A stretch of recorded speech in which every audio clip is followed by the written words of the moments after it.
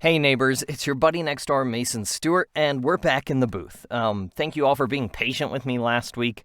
I didn't schedule my time well, and so I ran out of time to do the vlog recording and everything, and I didn't want to make a rushed product, so figured I would just delay it a week and see what that gets us. But we are back, and I'm very excited to be back with you. I really am. I have a lot of good insight from these last 2 weeks and things that have been going on in my life. So let's just, and we got a nice food adventure at the end too. But let's start going over these last 2 weeks. I've mentioned before pretty openly on these vlogs that I tend to struggle a lot with anxiety and depression revolving around the voiceover world. Mainly because it's a very competitive industry and there's a lot of no's, right? You get a lot of no's thrown at you. But recently, I've mentioned I started doing an auditioning class with Scott Burns, and a lot of the people in that class tend to be a little bit more novice compared to myself in the voiceover world, right? They haven't really started auditioning, anything like that. All the information I'm getting is still really good for me, but that's the case anyways. He sends us a faux audition, right? A fake audition throughout the week, randomly, and we send it in as if it was like a real audition coming to us. Well, doing them for these last 2 weeks now, I felt like I'm at the same level as these people that are just starting out. And it may be that they just have more, natural talent, and this is something I've had to work at.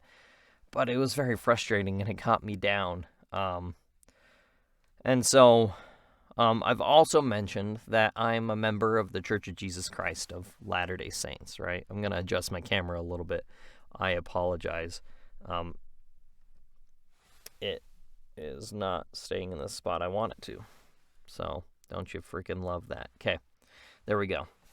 Anyways, sorry about that. It was bothering me. I'm a member of the Church of Jesus Christ of Latter-day Saints.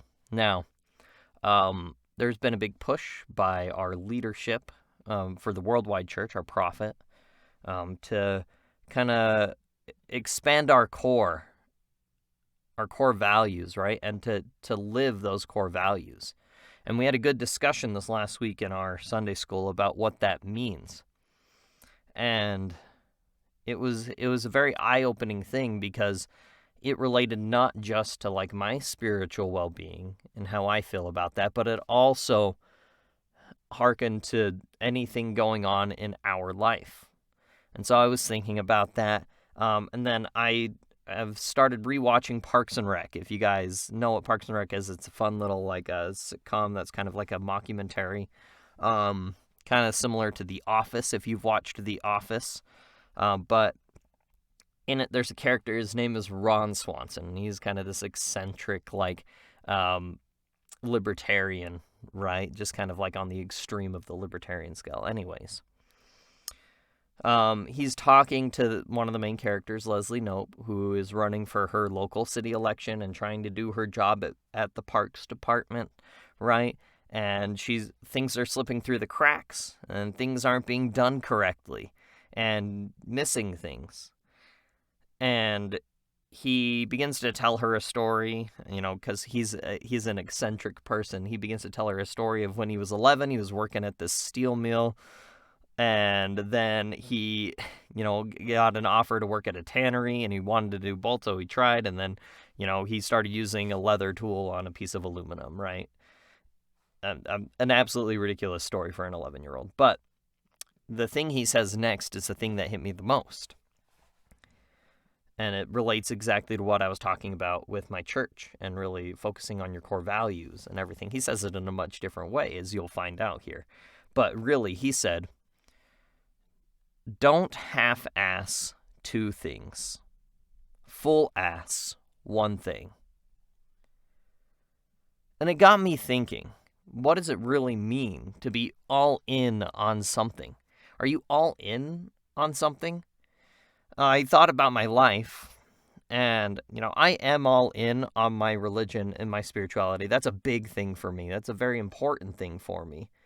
But I wanted to try to find something a little bit easier to digest, a little, more connecting to everybody that watches these.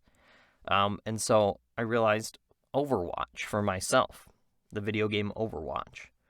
I am fully committed to Overwatch.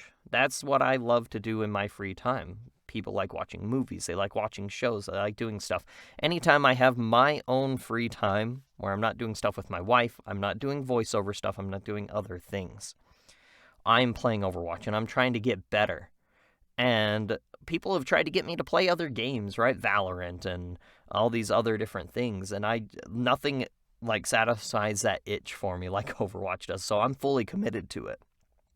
And I don't really play any other games. And that's what I do for my free time. And that's really what it means. Am I taking the time to do everything I need to do in voiceover? I'm doing my marketing. I'm reaching out via LinkedIn, all of those different things. Doing cold emailing. Maybe I need to start doing cold calling to agencies, different things like that. There are all sorts of things that we can do. And we've talked about this on the podcast before, but it's the difference between good, better, and best, right? What is the good thing that you can do? What's a better thing that you could do? And what's the best thing that you could be doing? Looking at my voiceover journey for the past 7 years, because that's how long I've been doing it, is 7 years. There's a bit of a realization that comes into play. And that realization is that I may not do voiceover in the future. Not because I don't love it, and not because I was a failure, but because the industry doesn't seem to be leaning towards my voice, my style of reads, different things like that. I've coached. Everybody says you're doing great. That you should be getting jobs, all these different things, but I'm not. And that's a tough pill to swallow. It's something I can't really explain. It's a tough pill to swallow. So I have decided that I need to be prepared to move on when the time is right. Now, my current day job is not something that is sustainable long term. I honestly took it and was going to use it as, kind of just like a building plate if voiceover didn't work out. It was not somewhere I was going to stay and somewhere I don't plan on staying. So I'm looking into options for myself to start looking into while I'm finishing up or continuing on this voiceover journey. We'll just kind of have to see how things play out, unfortunately. That's the way of the world, right? But if we split our time too much into these different things, right, and we're trying to go all in on two different things, it's not going to work out. I'm not trying to go all in on two different things. I want to make that clear. I am 100% focused on voiceover. That's my main goal right now. When I'm not doing things, I do anything voiceover related that I can. I've taken classes, I do coaching, I audition, I send out emails, I connect on LinkedIn, Twitter, Instagram. I'm doing all these things that people tell me to do. So I feel like I'm all in. I really do. And that's another big piece. Don't let other people tell you what you should and shouldn't do. Your life is your life, right? Find what works for you and then move on with that.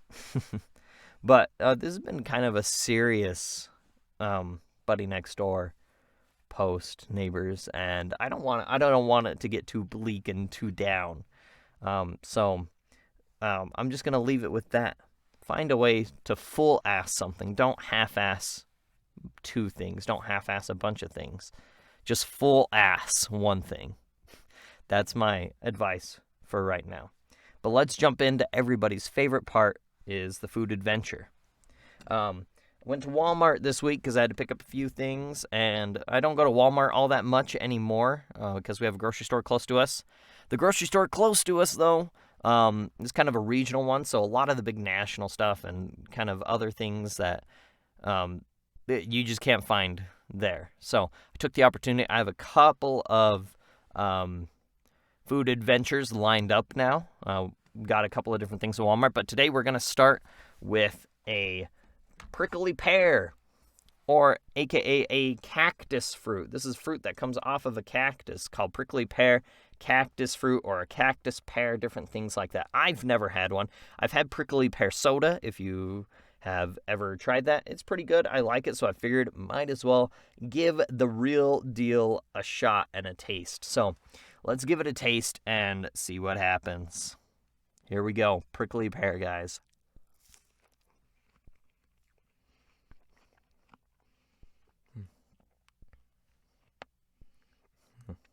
It's interesting.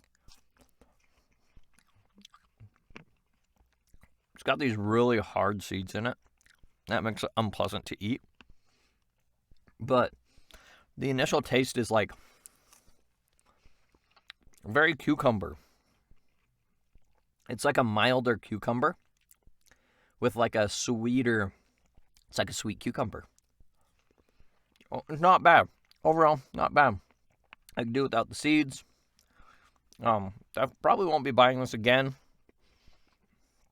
I'm going to go ahead and give it a 5. I think it deserves a solid 5. It tastes good. The seeds are really annoying. If you find a way to get rid of the seeds or whatever, go for it. But yeah, it's just going to be a 5. I'm going to eat it all, though, because we don't waste food around here. Food waste is terrible. Don't waste food, guys. Anyways, here's where we're going to leave this episode of Your Buddy Next Door. I appreciate each and every one of you, stopping by, hanging out, and listening to me ramble on about my struggles and my life, and then staying for a fun food adventure.